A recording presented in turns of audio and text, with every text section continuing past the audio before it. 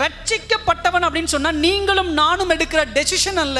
என் தேவன் என்னுடைய இருதயத்தை மாற்றணும். என் இருதயம் எப்பொழுது உண்மையாக மாறுகிறதோ அப்பொழுதுதான் என் கை, என் கால், என்னுடைய கண், என்னுடைய வாய், என்னுடைய பேச்சு, இது எல்லாமே அந்த இருதயத்திலே இருக்கக்கூடிய வார்த்தை ஒத்ததாக நடந்து கொண்டிருக்கும். எப்ப தேவன் என்னுடைய இருதயத்தை மாற்றுகிறாரோ அப்பொழுதுதான் மரித்து போன என்னுடைய ஆவிக்குரிய வாழ்க்கை உயிர் பெற்று எழும்பும். இன்னைக்கு நாம் எல்லோருமே மாம்சத்துல உயிர் உள்ளவர்களாக இருக்கிறோம். நம்ம பேசுறது புரியுது, வேதவசனம் புரியுது, பாட்டு புரியுது, ஆராதனை புரியுது, குதிக்கிறோம், பாடுறோம், கை தட்டுறோம். ஆனா பல பேருடைய ஆவிக்குரிய உயிர் மரித்து போய் கிடக்கிறது. ஆவிக்குரிய உயிர் உயிர் உள்ளது நம்ம கண்டுபிடிக்க முடியும் அப்படின்னு சொன்னா எப்பொழுது பாவத்திற்கு எதிராக உங்களுடைய ஆத்மா கலங்குகிறதோ, எப்பொழுது பாவத்திற்கு எதிராக உங்களுடைய ஆத்மா செயல்படுகிறதோ, எப்பொழுது பாவத்திற்கு எதிராக ஒரு பாதுகாப்பு வளையத்தை உருவாக்குவதிலே உங்களுடைய ஆத்மா அதிவேகமாக செயல்படுகிறதோ